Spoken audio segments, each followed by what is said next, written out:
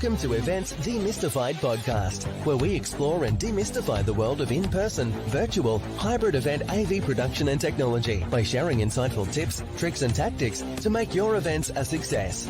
This podcast is brought to you by Tree Fan Events, a woman-owned boutique event production agency. And your host is 𝐂𝐚𝐻𝐿𝐸, a technical event planner and producer with almost 2 decades of hands-on technical experience in event production.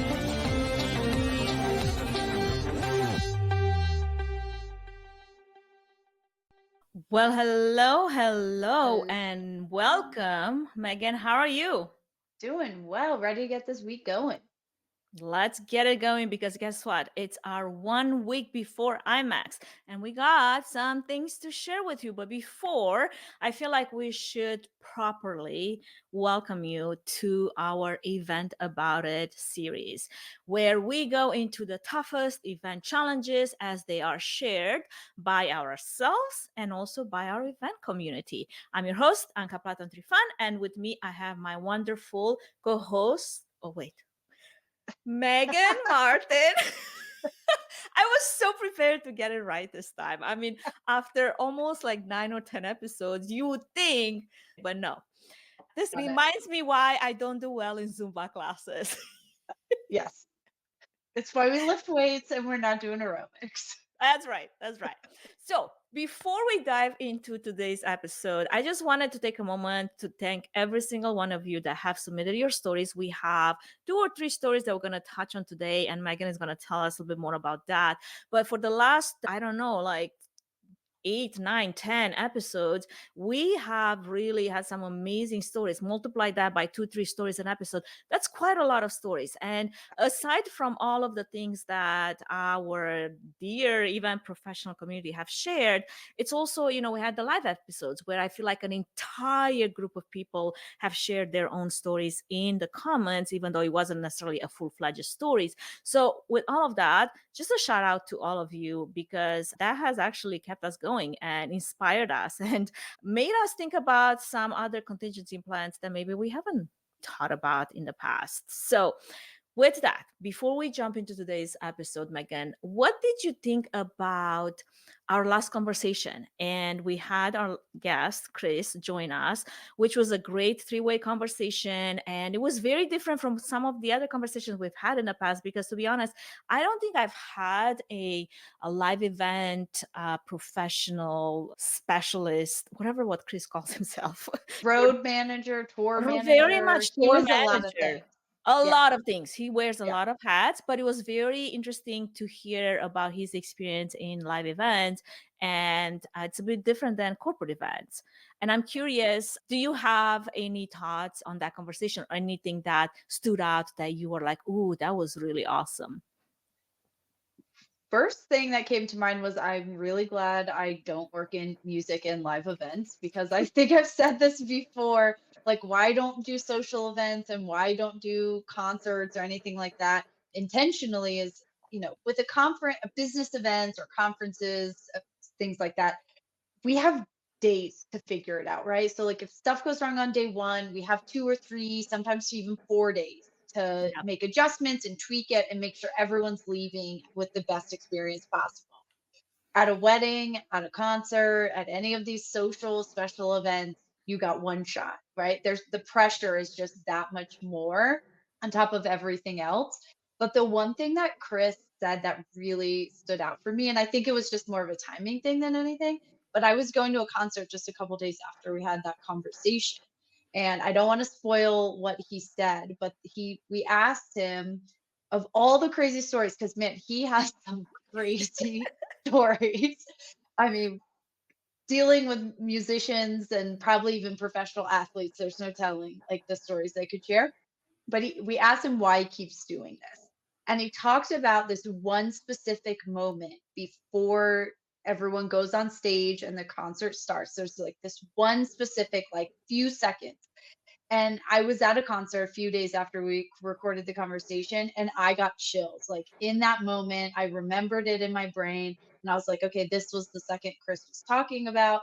And even I got chills and was like, yeah, no, I totally get it. Like I would keep signing up for this too with that.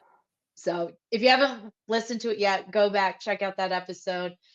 It's really, I mean, talk about some stories being a therapist, being all the things, but I fully understand now. And even then thought back of like, I love conferences and being at the convention center at 5 in the morning before everyone else, getting everything set up. And you just like feel the energy as doors open and people are arriving.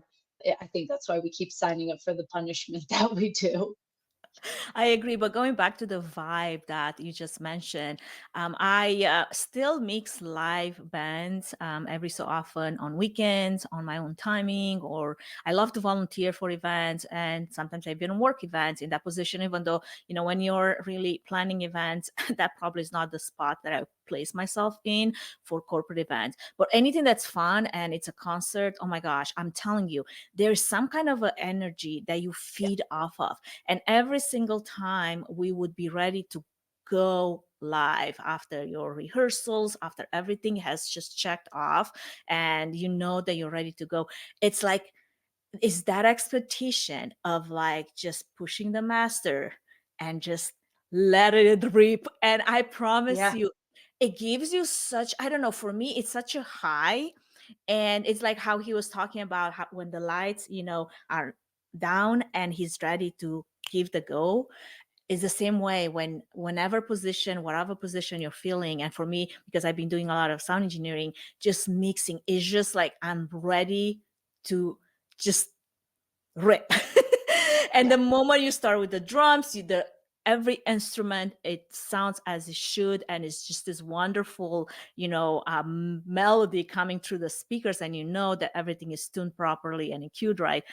Oh my gosh, it's like I feed off of that energy, and then the Absolutely. audience tunes in, and it's another world. And you're right, like that kind of brings us back again and again to want to engage in the same high. It's, I don't know, some people, get off on chocolate, or I don't know, like Cheetos. I don't know. I'm just telling you, this is that kind of high where you're Yeah. like, I will have another portion of this, please. Even though getting to that place, sometimes there's a lot of tears and sweat and a lot of headache, or a lot of effort to just go through all the challenges that might be part of the putting on this amazing event. But all of that is forgotten. It's, I feel like I would equate that with having kids and then forgetting how hard it was to birth them. Because if we all remembered, we will never ever have kids ever again, and this entire human race would be doomed because nobody would want to go through that again.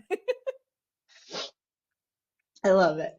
Yeah, I don't disagree with any of that. I mean, I'm a former runner, competitive runner, and they talk about the runner's high. And there are Yep. moments, probably in your bodybuilding experience, where you just forget all the pain and headaches and all the things that took you to get to that Yep. moment. And you're lifting your best or running your best, and you're like, okay, I'm high. I totally remember now why we do this. Exactly. Well, today we have quite an assortment of stories, Yeah. and I would love to get us into that. So, give us a bit of just a quick intro into what we've got planned for our audience today. Yeah, we've got some great stories in today's episode. So, we're going to dive into three captivating stories that highlight the resilience, creativity, and adaptability of event professionals. I think adaptability and pivoting, despite our hatred of the word now, that's our specialty skill. First up, I'm actually going to share a story of something that happened at one of the conferences that I worked on, a legislative conference for 1,100 people, when we had an unexpected national event through a wrench, and we had a very short window to replan a lot of things. And then next up, we're going to hear from Jim Cermak, a seasoned trade show exhibitor, coach, and podcaster who had a challenging experience as a new exhibitor. I think we've all faced this many times. And then we're going to round out today's episode with an anonymous story. Always remember, we'll keep you anonymous. Just tell us that about a global product launch that nearly went off the rails when a critical venue failure occurred just days before the event. No time to find a new location, and the team had to pivot quickly to fully virtual experience. I think we've all experienced that now coming out of COVID. So we're going to dive into those stories today. Well, it sounds like there's bit of a lot of chaos, but there's some, also silver lining. So I look forward to that. But before we do that, before we dive into those stories, I just want to tease a bit about our next episode, because guess what? This is our last recording before our live episode at IMEX, where we will be sharing your stories and our stories right from the IMEX floor. So get ready for some real-time event drama. I love how dramatic that sounds. This is And interactive. We want to hear from you guys. Like, we're bringing stories, but really we want to hear your stories. So I hope you join our session. absolutely. So if you're going to IMAX, make sure you put that in your planner. And I'm sure you're going to hear from us on social and LinkedIn a few more times before that. But really, it's going to be a fantastic conversation, because we don't want to really just speak from the stage. We want to actually engage with you. And we might take some of you on stage to share your own stories. So we'll see how that goes. Just be ready for some impromptu conversations. And I think it'll be fantastic. I mean, we all have stories to tell, as we have already experienced it this season. There's quite a bit of learning to be had as well. Now, one more thing I was going to mention before we get into our first story. Part of our Fit for Events framework, we've also got a push-up challenge planned for IMAX. Now, this is a big section. We really wanted to get a section by IMAX, but they're like, you guys are really hardcore. And this is me, David T. Stevens, and Martin, DJ Graffiti. We all paired up and we're like, let's make this a challenge that is achievable. So it's going to be super easy. Like, Megan, you can do a push-up in 1 minute. I bet you can Yeah. do more than a push-up in a minute. We're going to Yeah. start with a push-up a minute, and we're going to go to 2 push-ups for the next minute and 3 push-ups, and we're going to get somewhere. And by the time 15 minutes go by, we'll see how many push-ups we can get in. And at this point, I'm pretty sure there are going to be a lot of push-ups, but here's what I'm saying. You can do them any way, shape, or form you want to do them. If you want to do wall push-ups, you can do wall push-ups. You want to do them on your knees, on your knees. If you want to clap push-ups and jump push-ups, it's up to you. We want to make sure that you're engaged in movement, because after hours of walking the IMAX trade show floor, I'm pretty sure your hands will feel like they haven't been worked out. So that's the purpose of that. And I hope you can join us, because I personally, I'm already starting to practice my push-up game, because I don't usually train a lot of upper body. And I'm like, cool, I cannot let David win again. Wait, he didn't win. Never mind. Let me rephrase that. There's still a debate who won, but we know that I won. We know that I won. Of course you So, did. of course I did. So I'm just making sure that this will happen again. And we invite you to be part of that challenge. All right. And I think I we're did my ready. push-ups this morning in preparation to get ready for the push-up challenge. There you have it. Megan has done her push-ups. You better be doing your push-ups, because we are going to have a good number of people engaging in this challenge. I mean, even Tahira nailed a bunch of push-ups when we were at IMAX last year. And let me tell you, that girl can leg press. I mean, I'm still trying to catch up with her. And I'm like, girl, 650 pounds? That's a lot for this one-legged mind. Yeah, yes, I certainly cannot do that, but I will be there helping as best I can. We might have some cheerleaders along the way as well, because apparently there's a lot of people that just want to watch, and that's okay. If you want to be the Okay. cheerleader, come and join us. We do not turn people around, so it'll be super fun. All right, so I feel like we covered all the housekeeping tasks by now. Let's see, what is this one first story that you mentioned? Because from what I understood, it seems like it has been quite a bit of a story for you, Megan. It was quite a story, that's for sure. I need to roll my bumper. Exactly. Thank you for reminding me. See, you're getting really good at this, like getting me all on track. Where is my bumper? Okay, here we go. Here we go.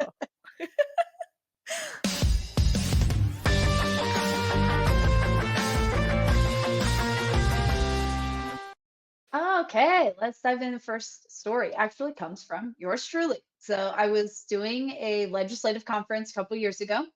We had about 1,100 people flying in from all over the country to DC, where we take everyone on the Hill.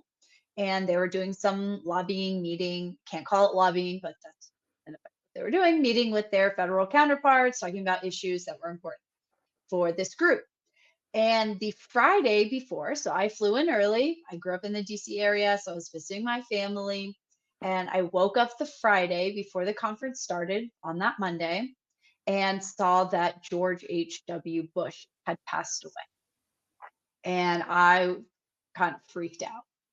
And I remember my dad at the time being like, I didn't know you cared so much about George H.W. Bush. Like his death is really, upsetting you. And I was like, no, it's not that. They shut down Congress on the day we're taking 1,100 people on the Hill.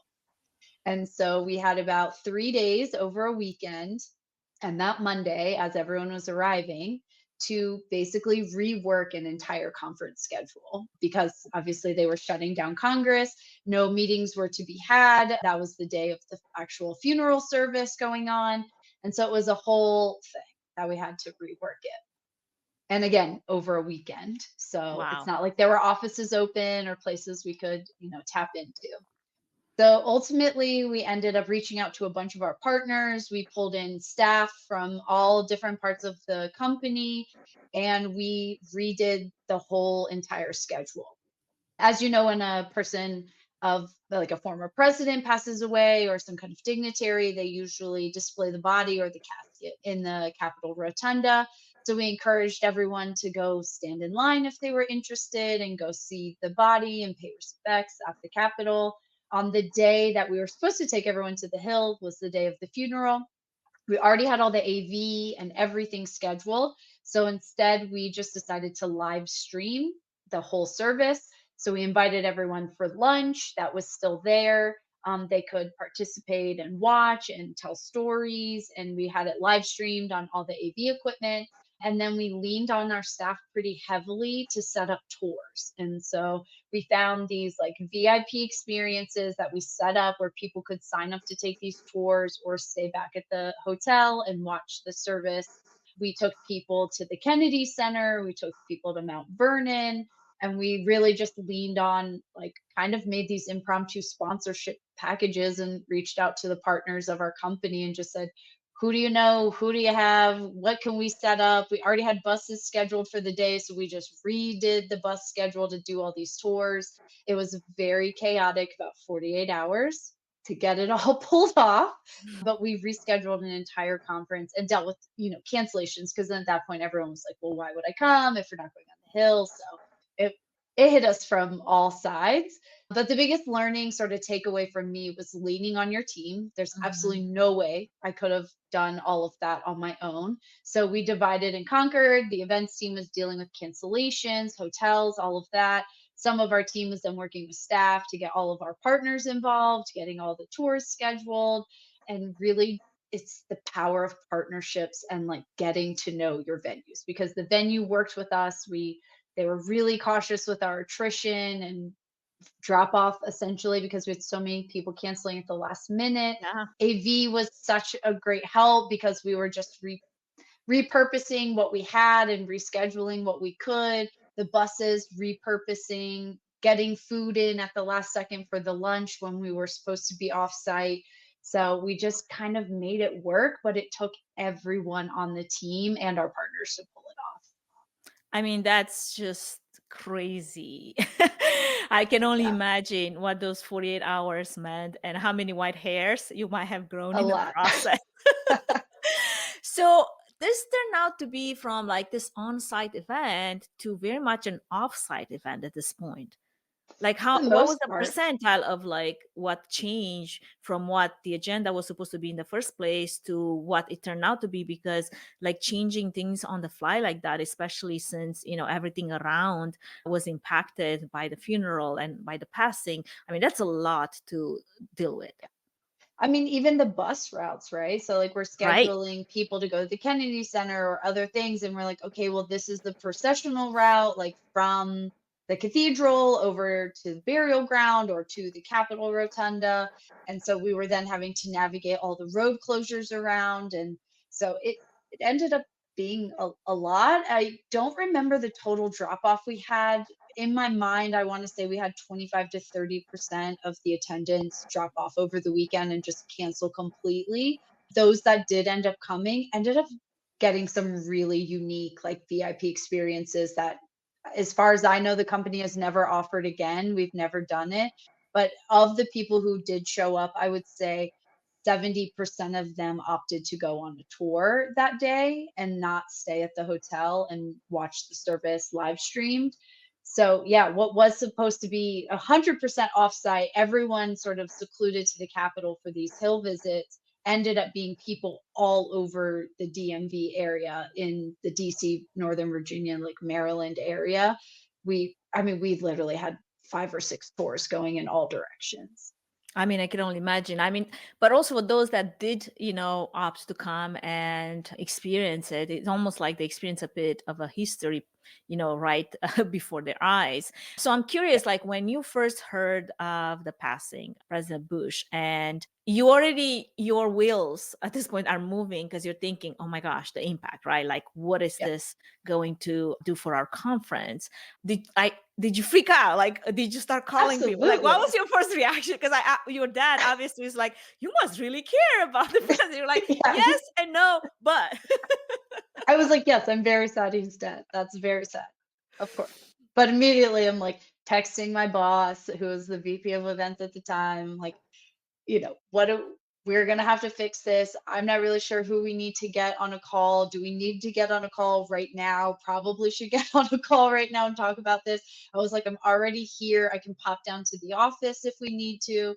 So we all just kind of jumped, leadership and whoever event staff were already on site, to just jump on a call and then just start brainstorming. Like, we threw everything at the wall to try to see what made the most sense, who had contacts where, who was confident that they could, put a tour or some kind of activity together. And then we were trying to mitigate immediately on the phone as quickly as possible with the hotel of like, this is not good. We're going to end up with a bunch of drop off. Like, please be prepared for, you know, hundreds of cancellations. But we just rallied within, an hour of the news coming out. We had our first like leadership call to start brainstorming. And I would say by Monday mid-afternoon, we had everything pretty much confirmed and locked up and rescheduled. And we encouraged people to still come, as you said, because like we yeah, position it as like, come be a part of history. Like, this was already done. Like, and selfishly, as I'm thinking about it, hotel rooms went through the roof because everyone then is like flying in and right. booking last minute hotels. And so I'm like, you got a super cheap rate to be in DC for Yeah. this like historic event. You can go to the Capitol Rotunda and Who see was and pay it? your respects. I think it was during our previous event, David, that was turning this like awful, experience into like a marketing strategy. I'm like, of That's course, who else could do that but like a marketing professional? It's pretty much what we did. It was like, come be a part of history, and you could participate as much or as little as you wanted. We tried to reschedule as many of the hill visits as we could, the meetings that we had for the next day after the service, for anyone who could be available, who wanted to be available. We rescheduled as much as we could. But yeah, that we just kind of spun it of like, we're all going to do this together. That's awesome. How did you manage to keep everyone informed? I feel like that's one of the things where when something goes down, right, on an event site, either live or before or after, the the plan to inform the audience with what's happening, sometimes it's a bit flawed, and a lot of the audience gets very, like antsy because they don't know what's going on. And unless you're on your game to get communication out there to let them know, that this is being handled and we're working on it as we speak, and blah, blah, blah. How are you guys able to manage that in a way that was productive and kept everyone somewhat, at peace with all those very significant changes that were going on? Yeah, we communicated a lot, like more than we probably ever had at that point for an event. And as soon as we decided not to cancel and to go through with it and just rework the schedule and move the appointments as best as we could, we sent everyone a note out. It's not canceled. We're still moving forward. Things are in the works.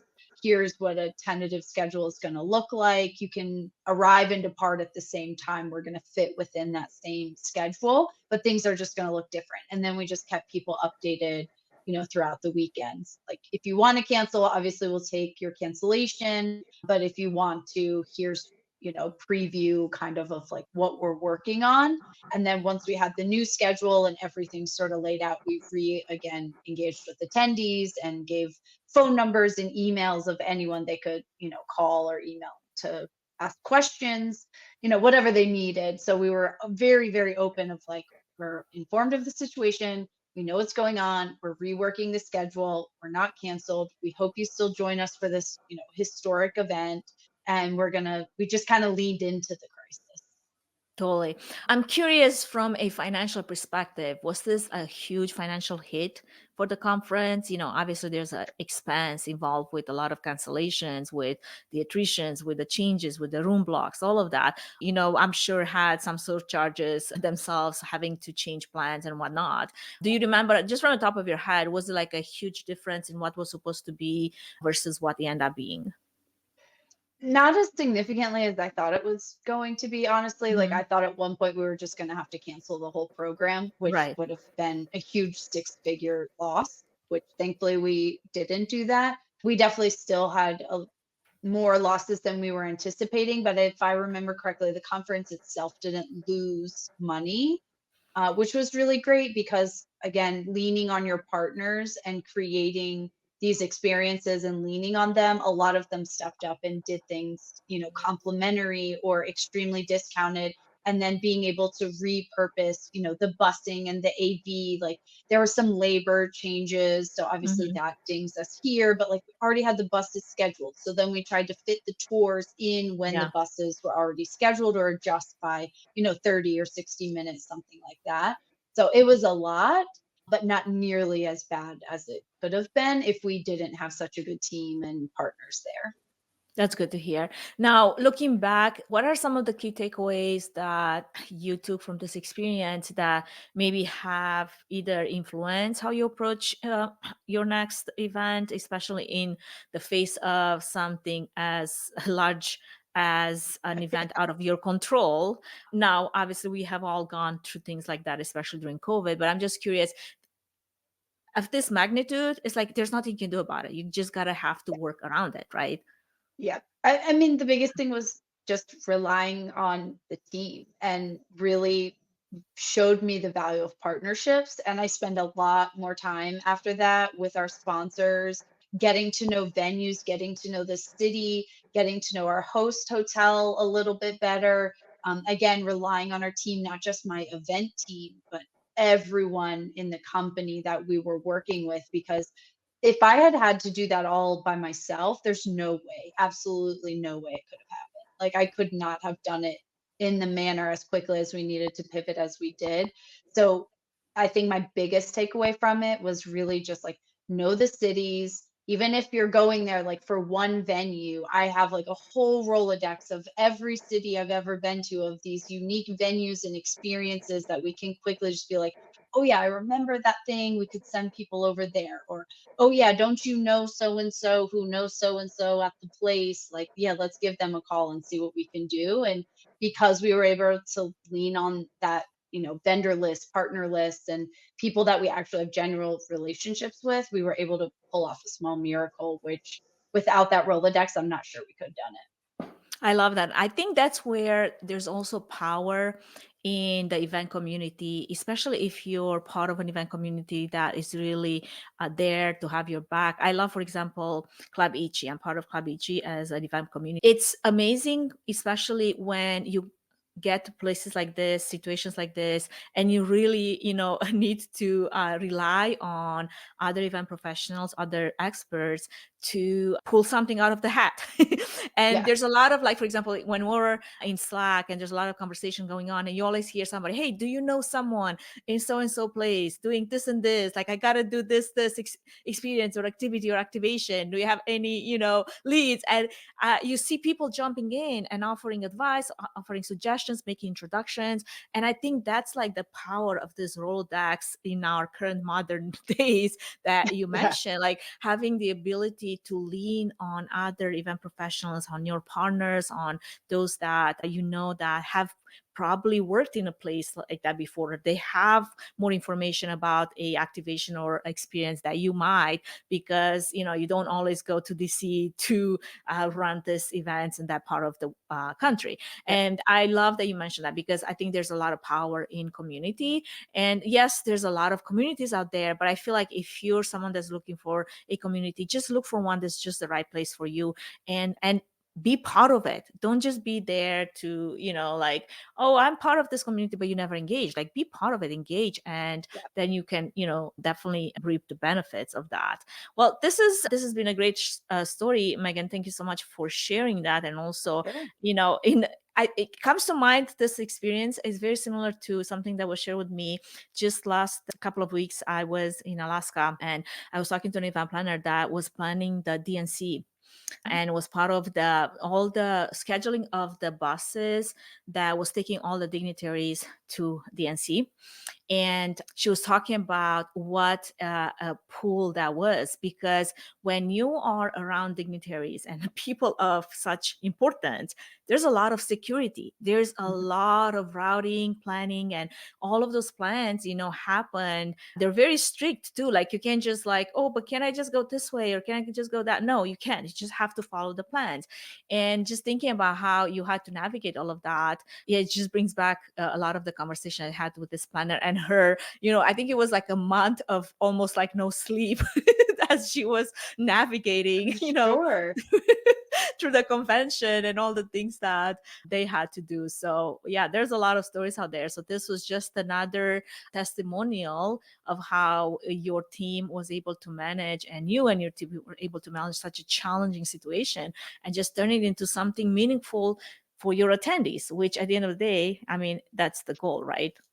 I mean, they were getting experiences that you can't purchase. I mean, so those that did, still show up and come, I mean, we got some of the best scores and ratings we've ever had on that conference, in probably one of the hardest moments, like planning crisis moments, not a, world crisis moment, but like for Right. us, having to redo all of that, and to come away with that, with reviews and just the attendees being like, we know this was so much going on, and all the things that we had to move and change, and just also, talking about the events community coming together, but our team coming together. And Right. the person who runs our leadership programs, who does the content for that, immediately was like, who can I call? Do you need a speaker? Like, we have tons of contacts in DC. We'll get someone to come to the venue to speak that morning of, you know, someone from marketing being like, I'll go ahead and write all the comms and we'll get everything out. And so you don't have to worry about that. We'll go ahead and prep it. And so you can just tweak and then send. Watching our team really rally and not feel like, oh my God, the weight is on my shoulders already, and I have to do everything else. To know that I had the trust of my team, and we had built those relationships and that trust over a few years, really is the only reason we were so successful at pulling this off. That's awesome. Before we move any further, I wanted to give a quick shout out to our main sponsor, Trifan Events, which is a boutique event planning and production agency that will come alongside you, offering personalized event planning and technical support, strategic event design, production and technology management, and flawless execution for live, virtual, and hybrid events. The team at Trifan Events is passionate about planning and producing event experiences that get people involved with true moments of interaction, engagement, and co-creation, while offering white glove treatment throughout the entire planning process, enabling you to reach your event goals with the use of creativity, production tools, and event technology. To find out how Trifan Events can plan and produce your event become memorable, go to trifanevents.com.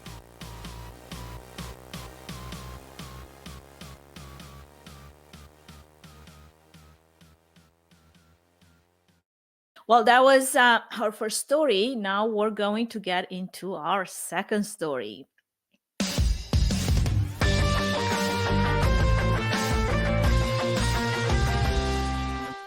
All right. Our second story comes from Jim Cermak, as Megan mentioned earlier. He is a trade show exhibitor coach with 30 years of experience and a podcaster. As a matter of fact, I was on Jim's podcast before, and I am going to be again, this time talking AI, because I mean, that's the newest and coolest thing.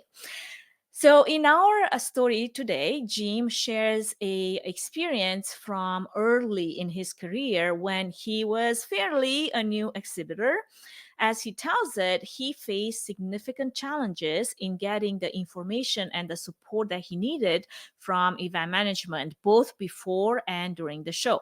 Despite all of these hurdles, Jim was able to leverage effective networking and creativity to pull things together, kind of like what you had to do, Megan.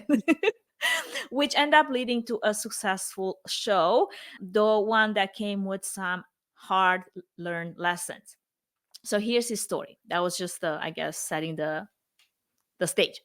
Early in my career as a exhibitor, I had a lot of questions for event management, but getting answers was really, really tough. Once on site, things didn't really improve much, and I found myself struggling to get the support that I needed. But instead of letting these challenges derail my efforts, I leaned on effective networking, and I just had to get creative with the resources that I had. In the end, I was able to pull things together and have a successful show, at least one that taught me some valuable lessons the hard way. The biggest takeaway for me were the biggest takeaways for me were the importance of being diligent in asking the right questions and finding the right answers ahead of time, and the value of continuous improvement from show to show. Keeping track of results and lessons learned each time has also helped me make adjustments and improvements, ensure that I'm better prepared for each event that followed. And the main learning being always be proactive in asking questions and seeking answers well before the show. Keep track of your experiences, learn from each other, and continuously improve your approach to ensure that there's a better outcome for your future event. So this almost goes hand in hand with the experience that you had, Megan. And even though we don't really know the details much of what exactly, was Jim struggling with, what type of answers he was seeking, obviously a lack of communication is frustrating no matter what or what you're dealing with. I'm wondering, if you were to be in that situation, how would you approach this? How would you overcome it? Yeah, it's a great question. I've actually been in this situation before, and when I was on the supplier side of the industry, there have actually been shows that I've recommended to our CEO at the time not to participate in again because the planning experience was so horrific. Like, regardless of if it was a good show or not, the amount of effort it put in and the lack of support we felt like we got from event management, I was like, Mhm. it's not worth going to the show again unless it was like the best lead generation of all time, which, none of them are. They're all great. None of them are like the Right. one. So I would just say, I think Jim did all the right things here, asking a lot of questions. I think if you're a planner with a trade show component to your show, think about those AI chatbots that can get all of those like little nitty-gritty answers out of the way so that you can spend time, maybe hosting a webinar for your first time exhibitors about what to know, what some of them Mhm. don't even know what a general service contractor is, or why do I have to ship here and not here? And Right. it's some of this is resonating and kind of making me chuckle because my brother-in-law just started in a new, like, he was promoted recently, which means he's going to trade shows now, and he's sort of stepped into my world a little bit. And he called me after the first show and he was like, this was a complete shit show. Like, everyone was moving around, nothing was here. I had 10 different And from order what I forms. remember, again, he comes from event production, right? So this is not his first event where there's a lot of moving parts. So for him to probably see it from a different lens, it was Yeah, like, I do what have is a happening? brother. So it's funny because I have two brother-in-laws with two sisters, and so my one brother-in-law actually does work in event production, and so But it's the like other one. he Oh, does. how And so funny. my other sister's husband is the one, he's in sales, and so he's starting to go to these shows, and he's had to set up his booth a few times, and he's like, I don't understand why I can't just carry this box in here. Why do I have to ship all of this? He was like, none of this makes sense. And I was like, well, from everything you're saying, it sounds like a pretty standard trade show to me. Like nothing crazy happened. And so like walking him through that, and I was like, ask these questions next time. You know, this is why you have to do this. They should have explained it to you. And so as an exhibitor, like ask all the questions. If there's a chat bot, ask the chat bot. If you can't find it then or on the website, then reach out. And for the event organizers, like if you have first time exhibitors, or maybe they're a smaller company that don't come to shows very often, like do the webinar, do the outreach. If you're putting off some of the like small crumb tasks into an AI or something that kind of automates those questions, then spend the time to get to know your exhibitors and sponsors, Yeah. because a lot of them don't do this every day like we do. They don't know what they don't know, and they're going to come back if you make sure they have a good experience, versus me who has a horrible experience, who's been doing this for decades. And like if I don't have a good experience at your show, I'm just not going to come back. Absolutely. Well, that actually brings to mind a very easy AI application. You know how everybody's building custom GPTs. It's so easy these days to actually train a custom GPT on your own data set. So as you said, you like just train it on your procedures and your frequently asked questions and your whatever it is, the processes that you have in place. So and then you serve that custom GPT as a resource to your first timers, so they just go and type in there, and then like that, like you would chat with a GPT, right?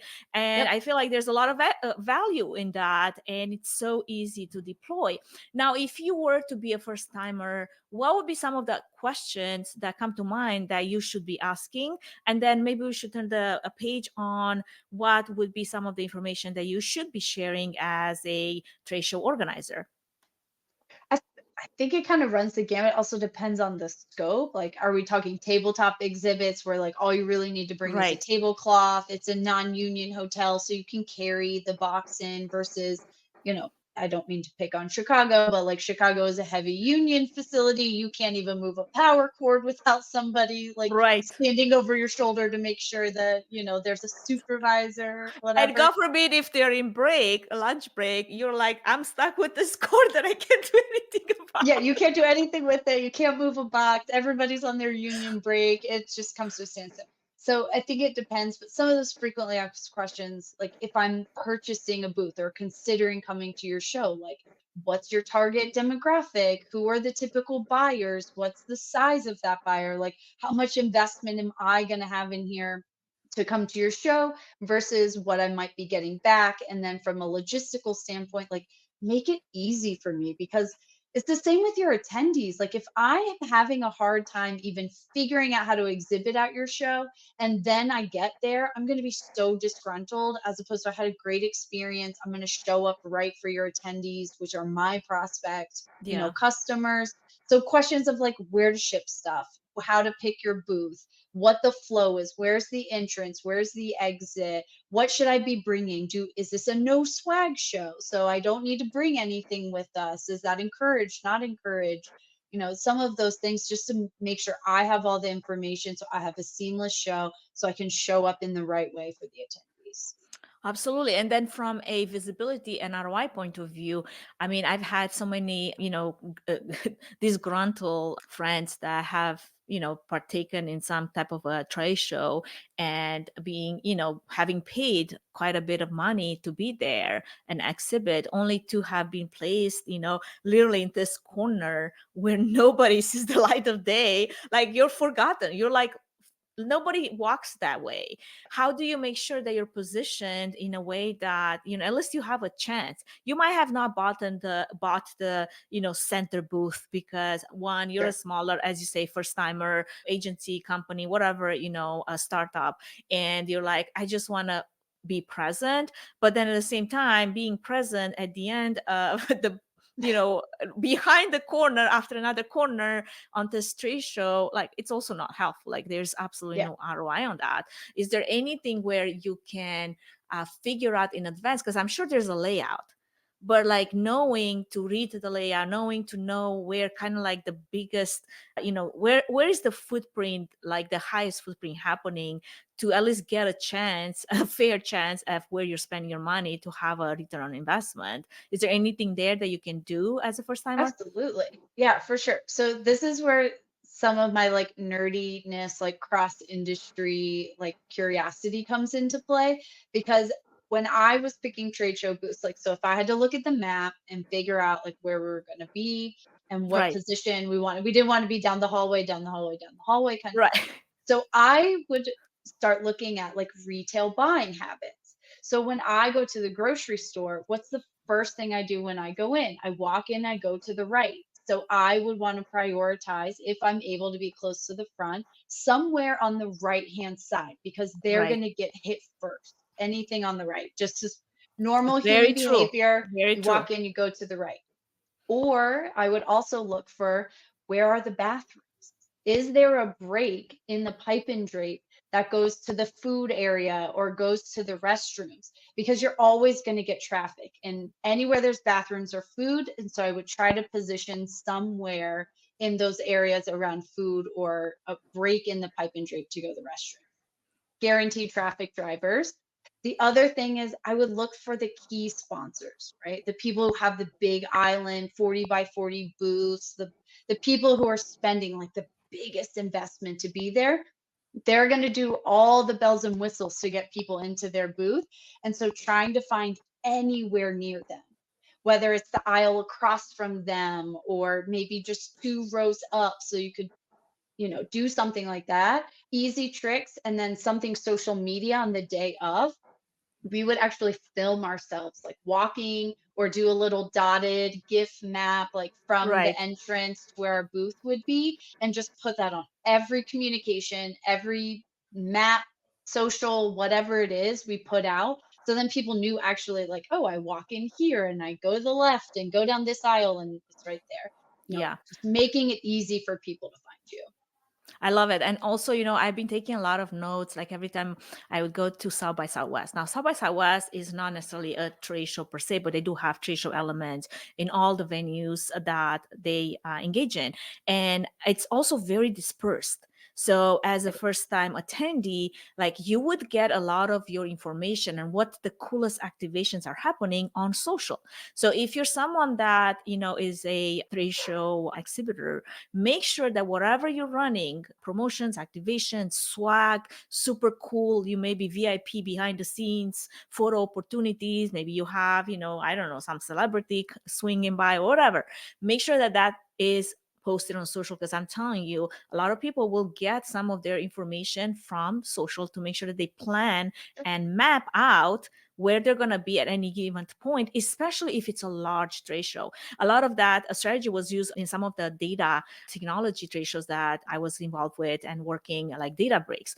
There's a huge trade show that would take over an entire space, like, San Francisco Convention Center. And it's like, it's the entire space, but it's a lot of walking to do if, you only have so much time. So knowing where to place yourself, as you mentioned, super important, but also from an attendee perspective, if you're an exhibitor, knowing how to bring them to your booth and just those breadcrumbs, sprinkle them on social and make sure that you do the photo ops, the videos, the reels, the TikToks, wherever it takes. Networking these days, it's definitely a lot of TikTok. Let me tell you, like I get a lot of ideas, cool ideas from TikTok, because it doesn't require a lot of bandwidth to just, Mhm. engage with that content. And that's the reality of like how we engage with content these days. Yeah. And I feel like those are just some easy ways where you can make sure that there's some ROI behind your spending, because who wants to go to a trade show and come back and there's no leads? And I hate it when people look at trade shows as just a way to exchange cards or a way to scan. That doesn't mean leads. Like that doesn't Yeah. make it in any way, shape, or form effective. I was having a conversation on a previous season with a CEO that they specialize in AI room mapping and reading specifically for trade shows. And they would map up in advance where, like, kind of like on some of the strategies that you mentioned, but also live. It would be live results based on data signals that you read from cell phones. And I had this whole unsupervised AI technology working behind the scenes and making this app work. But it was very interesting to see how, if you're an exhibitor and using their app, you were able to tell right then and there if a lead was going to be a cold, warm, or hot lead. And you could make a decision on the moment of how much time you give to that prospect, because sometimes you only have so much time. And if you're spending a lot of time with someone that's never going to buy from you, or never going to engage in whatever product you have, you're kind of wasting time, right? Yeah. I think the other thing that I've seen done pretty cool, 𝐂𝐡𝐚𝐩𝐭𝐞𝐫𝐬 is doing this at IMEX, and they did it at South by, where they put together tours or like walking, where they like grouped Yeah, experiences, or like, oh, I want to know everything there is to know about event tech. And so maybe I'm going to join a tour that's going to specifically hit the event tech booths, for example. If you know something like that is happening at the show you're exhibiting, like find a way to get on that list. And if there is yeah, no list or no tour, then create one. Like we did exactly. at my last role, we actually created a little tour, an event. It was an event roadmap, and it took you through exhibitors at this one trade show, where it was a conference with trade show component, where you could like stop here. So like registrations the first, or the event websites first. So then you met with all those vendors. And then we partnered with people that we connected technology with. And so then you would go to registration, and then you would go to mobile app, and you would, we were talking earlier about Gather Voices, and we were both on their list of Yeah. top 50. And so then we would stop there about audience engagement, speaker engagement, and we created, this sort of walking path of your event journey through this trade show. And that was something we just did organically through our partner program, that you could easily put together, or like put your booth next to all of your partners' booths. So then you can double dip and triple dip, and everyone can just send leads to each other and be like, oh, you should go to this booth next, because that's, the next stop on your event journey or your sales journey or whatever it is. Lean Totally. on that. Like, don't always wait for the event organizers to do something, because they're not going to drive traffic to your booth. Like, they got your booth, they got your money, respectfully. That's what they're there for. You signed up. Part of the responsibility is on you to also create your own success. And so if they're not doing tours, then find a club like 𝐂𝐡𝐚𝐩𝐿 and partner with them and say, hey, we want our booth to be highlighted on your tour. How do I get in there? Or reach out to your partners and create your own environment or own giveaways. I love that. Actually, we're going to have a link to the IMEX experience crawl. That's what 𝐂𝐡𝐚𝐩𝐭𝐞𝐫𝐬 calls those, experiences. And there's quite a few going on. There's a Monday night mystery trip if you're going to IMEX. There's multiple in the mornings, in the afternoon, and a lot of opportunities to engage with the community, but also have, exchange ideas, have meaningful conversations, and also see cool stuff, right? Because you might know, of something that maybe the next person does not know about. And I love that, sharing of resources and knowledge. Before I was part of 𝐂𝐡𝐚𝐩𝐿, actually, I had this small group of event professionals that we would go to IMEX, and we would put on the calendar on each other's like different things that we're doing. And then we would invite each other to those things, because I mean, how else would you know if you're a first time? Like, I remember the first time I went, like, I don't know how things were, like how things work. So I kind of made it my goal to make it more informative for those that are coming into the industry, and it's the first time that they're going to a large trade show and conference like IMEX. And there's actually quite a few IMEX videos that I have on with little interviews, snippets, like if you're a first timer, like what you should know or what you should pack. And there's quite a few people that we were talking to, and it was fun to see, their insights and their tips. Like, if this is your first time, this is what works for me. Maybe you should do that, And the same way with the experience crawl that you just mentioned. And I had to look it up because I knew there's a name that 𝐂𝐡𝐚𝐩𝐿 called it.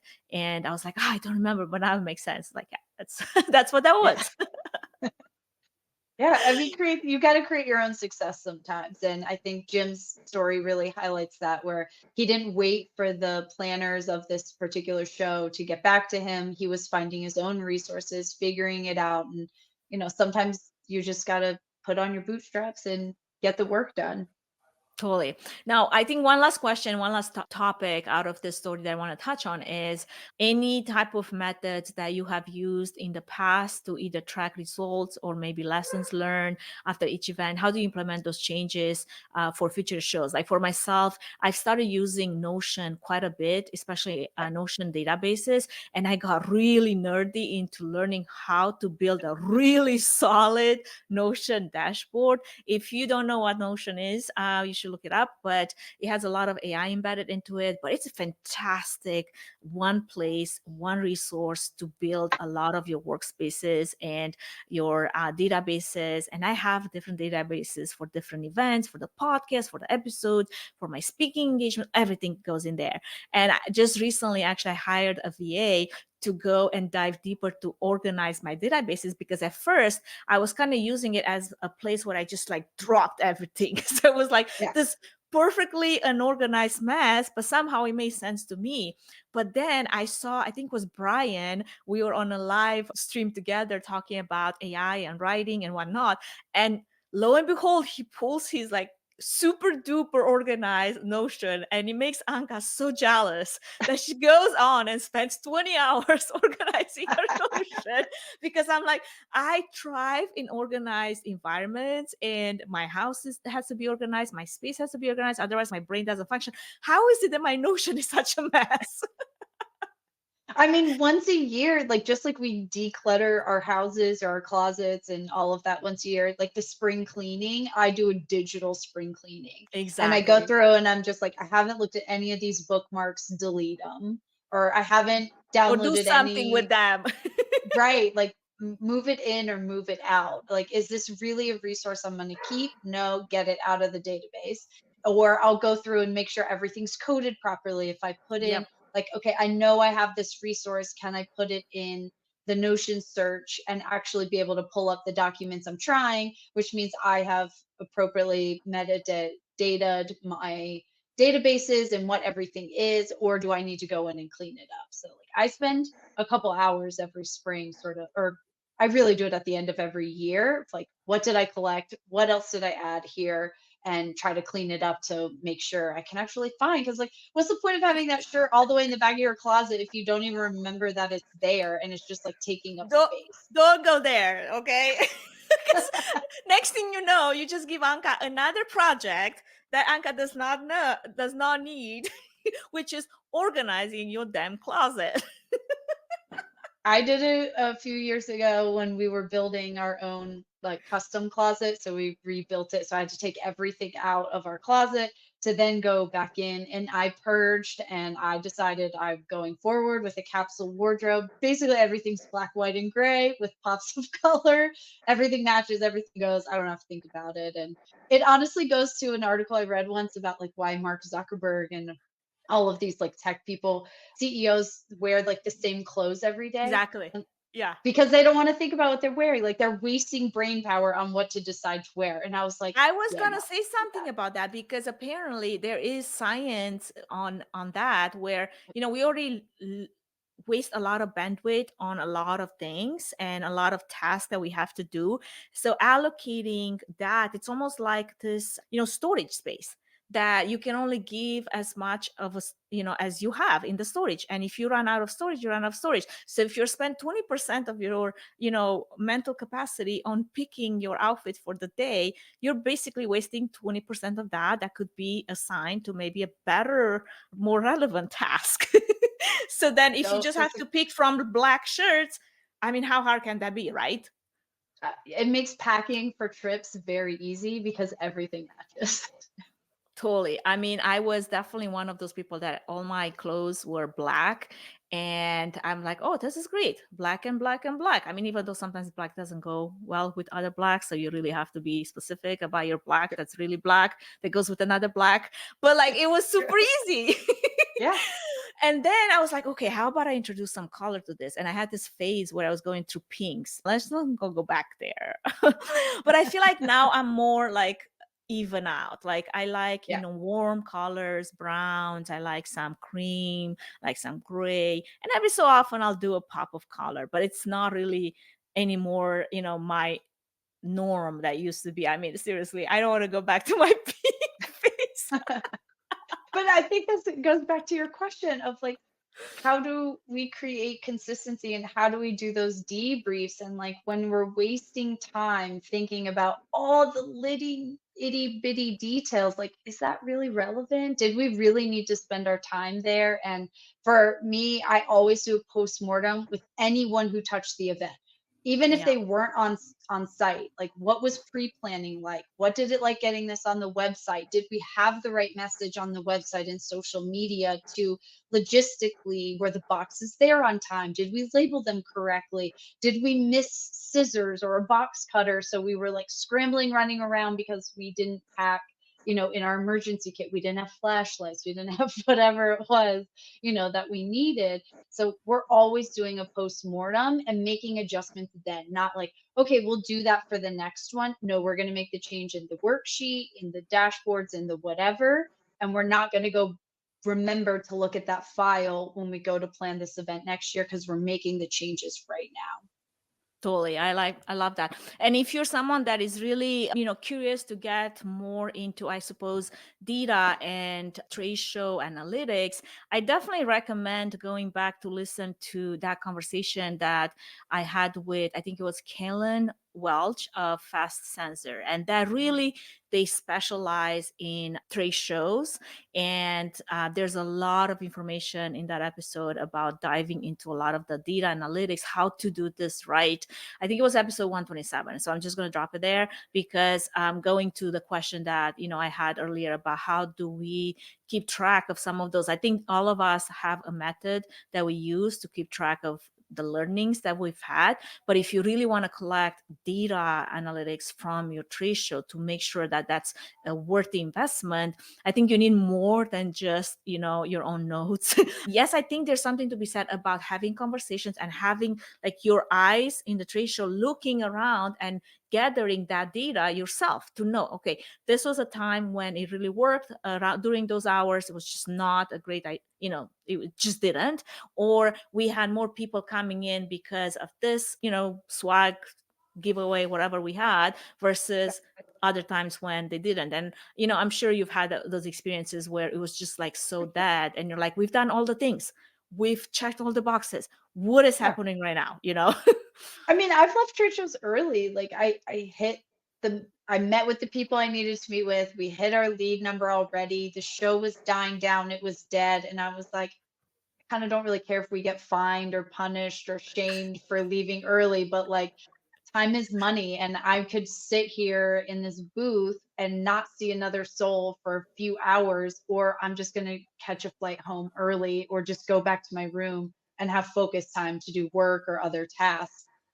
Time is money. And so we track all of that. Like we're super busy during this time. We're looking at the schedule. So we need to staff up on these days versus like, yeah, there's nothing going on the last day. So like everyone can go home early and we'll just staff 2 people. So Totally.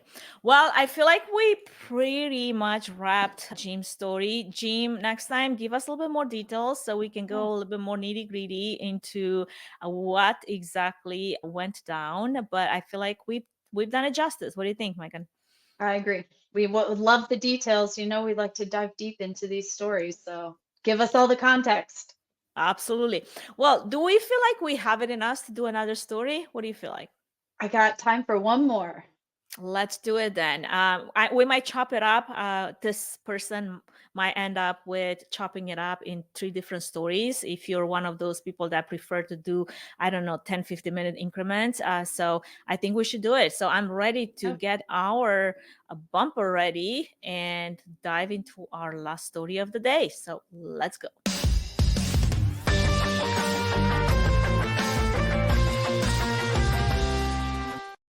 All right. Number 3 for the day. We've dealt with some pretty intense issues. We've had a similar story to this. So this was a unique approach on similar crisis that kind of happened. So, our anonymous story for the day: we were gearing up for a major global product launch for a tech giant, a hybrid event with 10,000 virtual attendees and 2,000 in person guests at a state of the art venue in New York. State of the art being keywords here for this story. Everything was set, and we were in the final stages of preparation. 2 days before the event, disaster struck. The venue's main power generator short circuited during a routine test, causing a complete shutdown of all critical systems, including the LED walls and the immersive sound system we had meticulously planned. To make things even worse, the venue's backup system were outdated and couldn't support the scale of our production. So much for state of the art venue. I know. I'm I was saying like, so oh. myself. With no time to find a new venue, we had to pivot fast. We decided to transform the entire event into a fully virtual experience. My team and I worked around the clock to rebuild the event platform from scratch. We combined pre recorded content with live segments. I directed the entire thing in real time to make sure everything flowed smoothly. To keep the virtual audience engaged, we introduced interactive elements like live Q&A, virtual networking lounges, even a gamified experience. Despite all the chaos, the event ended up being a huge success with engagement levels that exceeded our expectations. The biggest learning: when the unexpected happens, adaptability and teamwork are key. Sometimes the best solution isn't to fix the original plan, but to create something new that works even better. I feel Wow. like the title of our episode today should be adaptability and teamwork are key. New events created out of old events. That's basically what we're talking about today. I I mean, it mean, almost like goes hand in hand with what you experience, yeah, in our first story. Like definitely having to adapt, definitely have to change plans and not necessarily, stick to your original plan, and then having to lean heavily on your team to make it happen. But I have absolutely. And questions.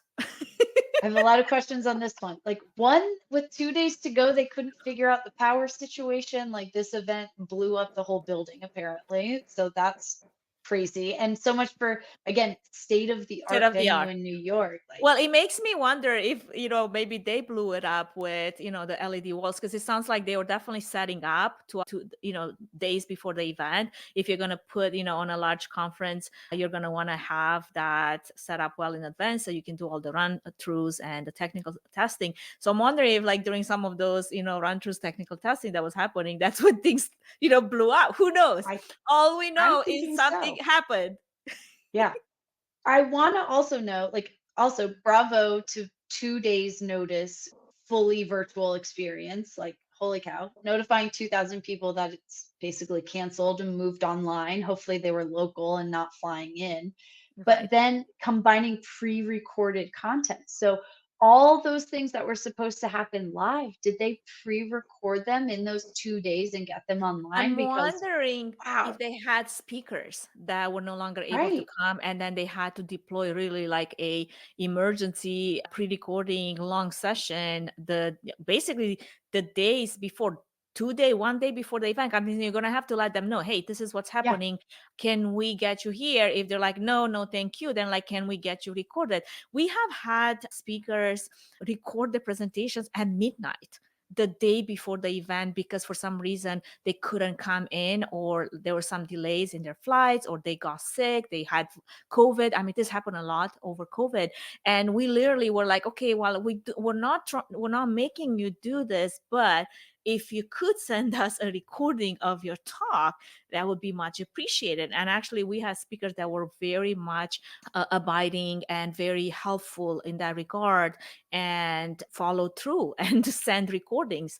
There's also a lot of, back end programming that has to happen, a little bit of editing, cleaning up all of those sessions, especially if you're going to have to pull together an event from ad hoc pre-recorded sessions. I mean, I'm sure you've had that experience before yep, during a lot of those hybrid virtual events that you've sure. had experience doing.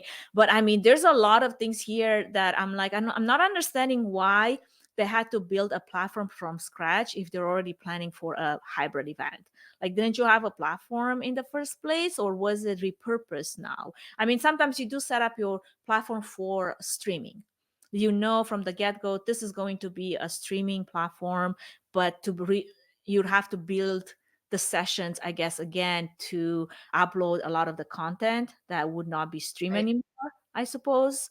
Like, what are I'm your guessing there's that, like with it going fully virtual and talking about live Q&A, they probably had to adjust run of show or schedules in the platform because maybe it's like pre-recorded to live, right, back to pre-recorded. And I imagine they probably weren't planning on virtual networking lounges or a gamified right, experience. Like I think if you were joining online, you probably got a different experience with maybe not as much interaction because they right, were planning on the people being on site. So I don't know that they built from scratch per se in the way that you and I think from scratch, but they right, probably had to redo the agenda, who was available to do, live Q&As versus who needed to pre-record. What if someone couldn't pre-record? Do they present live? right. There's a lot of production that goes into that. That's exactly where I would be scratching my head because there's a lot of pre-production. And if you're bringing in a lot of those speakers or panelists that were no longer Yeah. able to come in person, and you knew you're set up for everything to be run in person, right? Yep. Now you're going to get them all tech checked and ready to go for this virtual experience.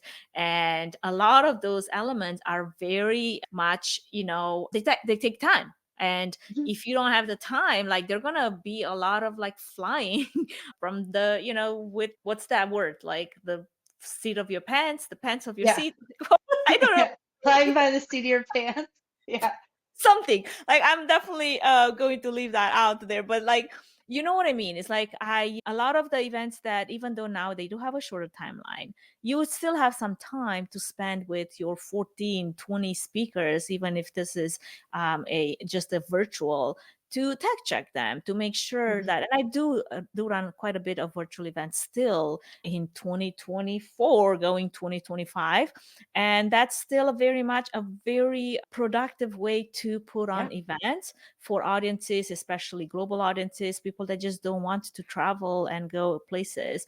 A lot of AI summits that I also tend to speak at, they're virtual. Everybody's just like, I'm going to join virtually. And you do go, through tech checks, you make sure that you do have engagement, you have all of those interactive elements that were mentioned. It sounds like you said those were probably not part of the original plan. And now you just had Right. to have a whole team working on the back end to build them on the platform. Yeah. And the one line that just kind of makes me chuckle, I directed the entire thing in real time to make sure everything flowed smoothly. Well, we all directed in real time. Like that's literally how virtual events work. Like someone has to be directing and calling it. So like that just kind of made me laugh because like, yeah, we all like if you're in charge of the event, you should be directing it in real time. Like don't leave it up to anyone else. I totally agree. I'm just wondering though, as as we're thinking about this pivot, don't we love that word, from an in-person to a virtual, quite a bit of a last minute. What are some of the most important elements that you think this person had to focus during that transition? I think at some point you have to lower your expectations on a production quality standpoint Mm, because if you're planning on everyone being live in person and now you're transitioning to pre-recorded content, there's no way to add in 48 hours, depending on how many speakers there were. Let's just say there's three right. dozen.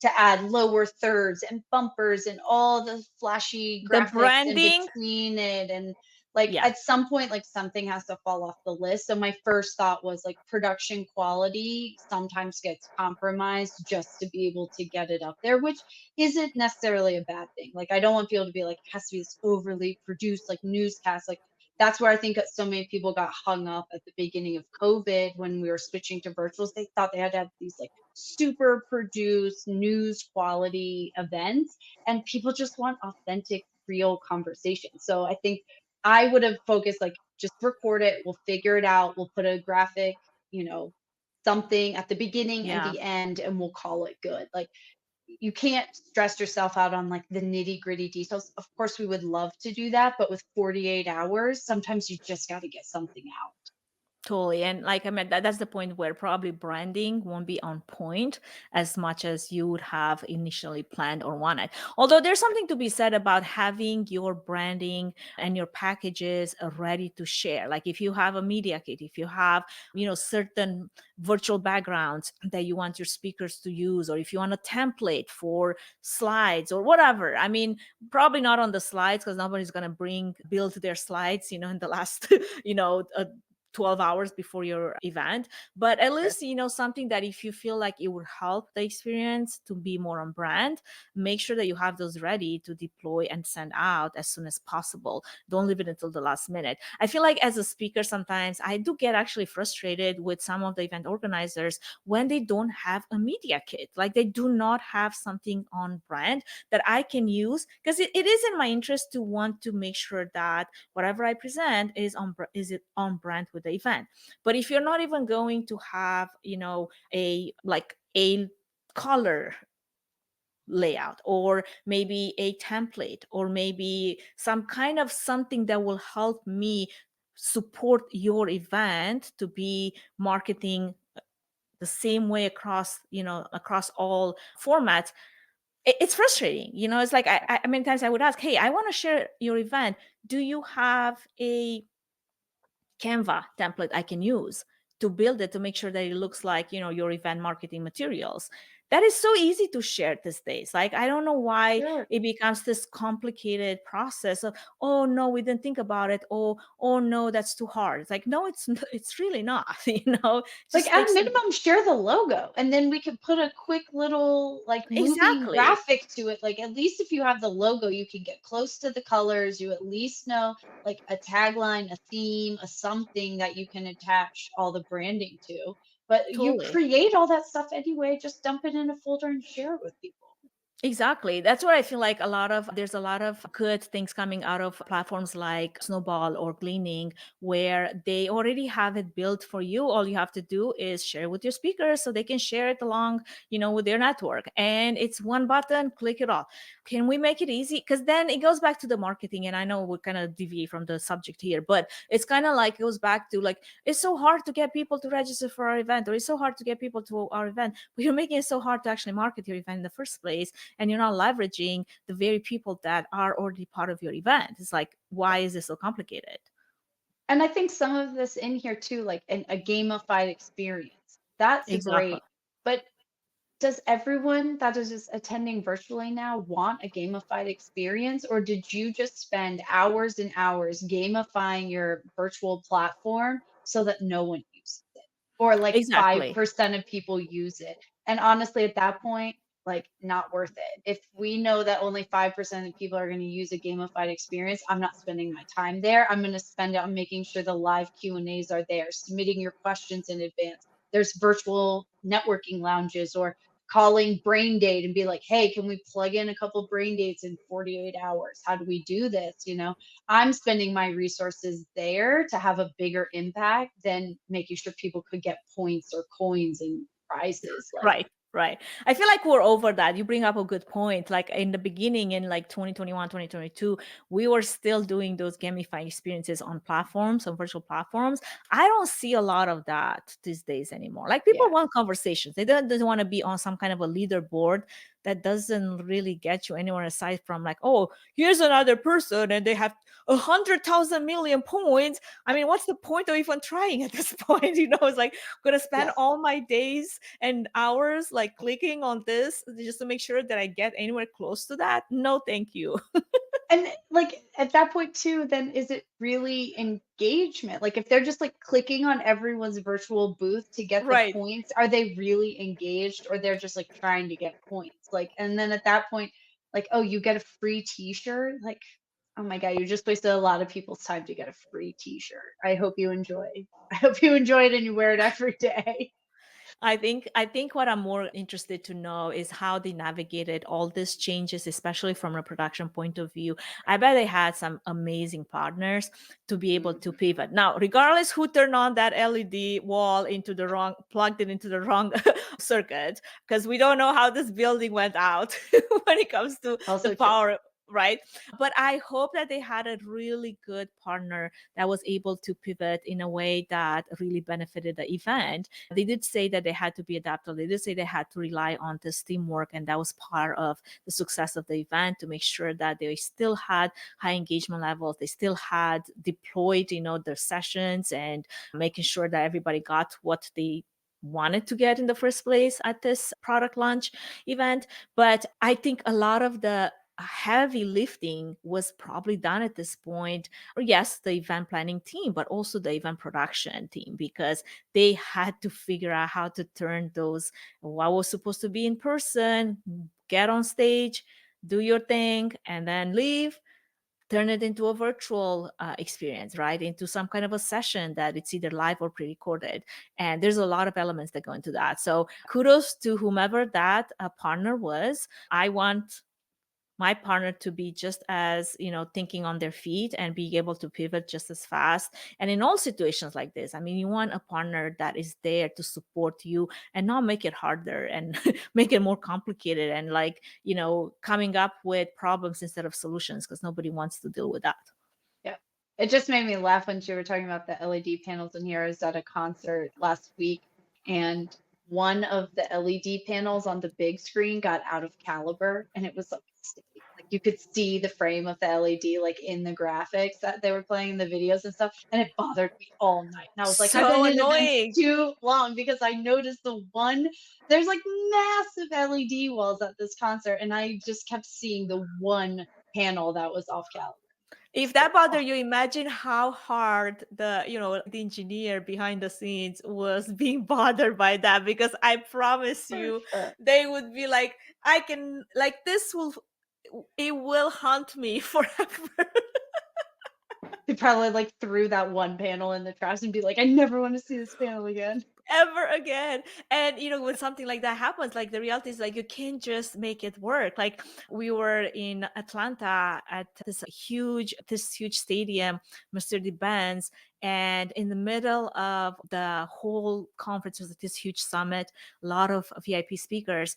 We had something similar happening with one of the panels, like all the way at the top on the right, stage right, like, just starting to, you can tell it starts flickering, not doing its thing.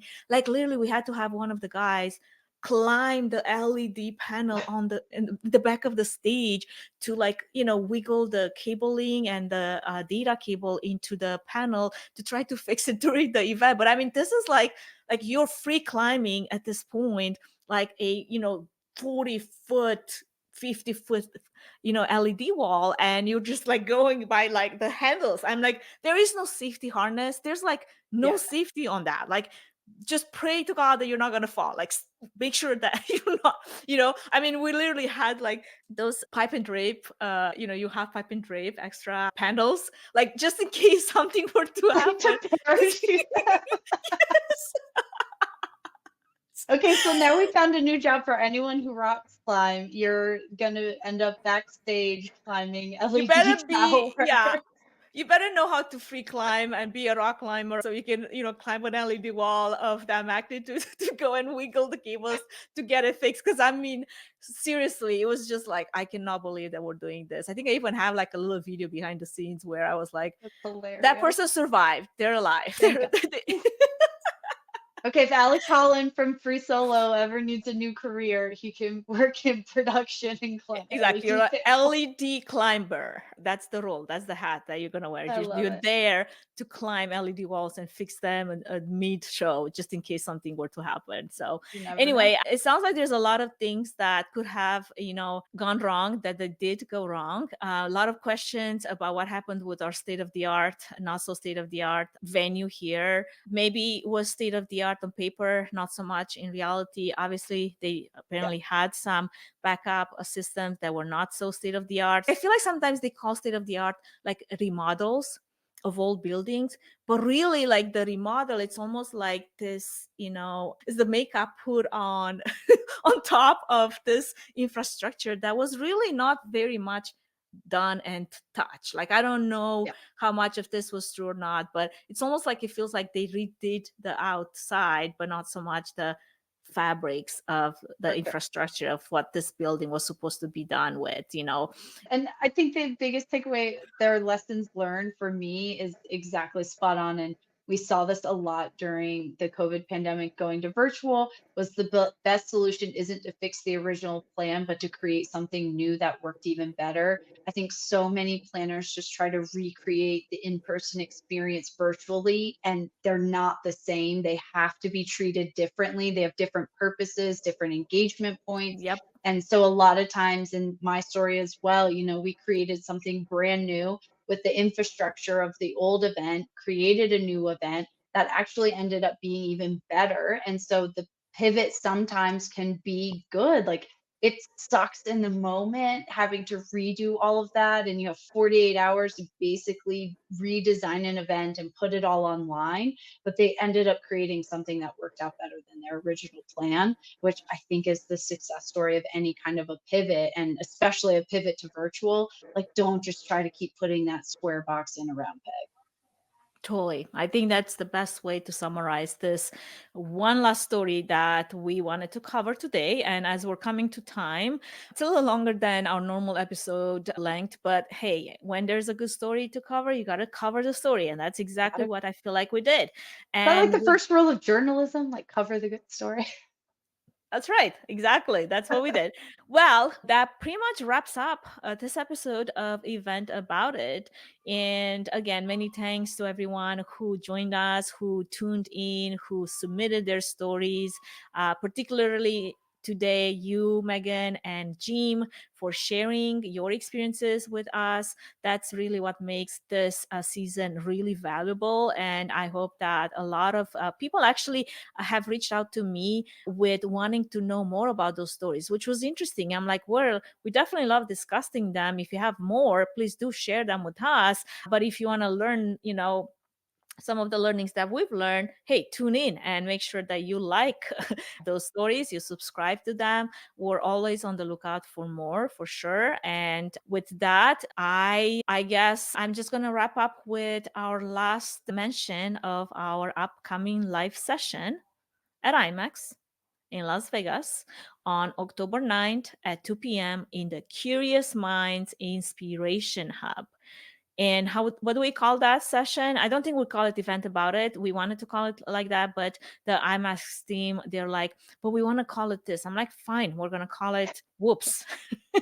Yeah. Whoops, stories from the front lines. And I honestly was watching the new Matt Rife special that came out on Netflix, and it was all audience participation comedy show where people were sharing stories. He was asking them about their hero stories, what their goals are, and they all just kind of riffed off each other and had this great sort of conversation and fun night. And I imagine our session is going to be very much that way, although we won't be making fun of people the way Matt Rife does. It'll be fun sharing stories, but it's just as much the audience stories as it is us. We're really just there to facilitate an amazing conversation, have some fun, and tell some war and hero stories from the front lines. I'm super excited about that. I look forward to it. And if you are too, make sure that you join us, especially if you're going to be there on the show floor. If you have tuned in and enjoyed today's episode, please do us a favor and subscribe to the podcast on YouTube, Spotify. Make sure that you like us, and you also follow Instagram and LinkedIn is where we share some of the reels, some of the video snippets. A big thank you to Trifan Events for all the behind the scenes production support, and also 𝐂𝐡𝐚𝐩𝐭𝐞𝐫𝐬 for their help in bringing quality featured guests to the show, especially in our upcoming seasons. And with that, thank you for listening. Thank you, Megan, for co-hosting and sharing your story. We look forward to seeing you next week for sharing in person of some of those amazing horror or not stories that I'm sure you all have, because I mean, you wouldn't be in events if you didn't. If you don't have a war story, you're probably not doing great. True that. Well, until next time, stay inspired, keep pushing the boundaries of what's possible in events. See you next time. Thank you for listening to the Events Demystified podcast. If you enjoyed this podcast, please take a moment to review it, rate it, and share it with other event professionals that could benefit from it. Connect with us on social at Events Demystified Podcast. We would love to hear from you and what you're up to. If you'd like to learn more about 3FAN Event services and find out if we're a good fit in supporting your event, can we help your event be successful with a 20-minute free consultation? Link in the episode's notes. Thanks for tuning in.